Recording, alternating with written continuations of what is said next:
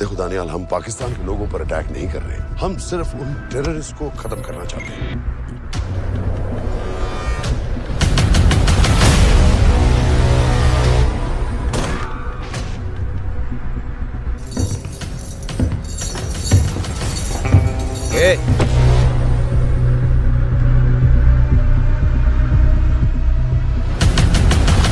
एक फौजी के रुतबे से बड़ा कोई और रुतबा नहीं।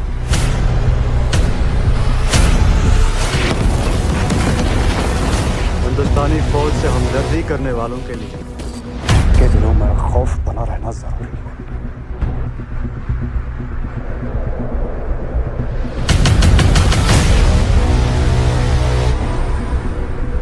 जो सबसे बड़ी टेररिस्ट पाकिस्तान में बैठे हैं उन्हें कभी सजा नहीं मिलेगी।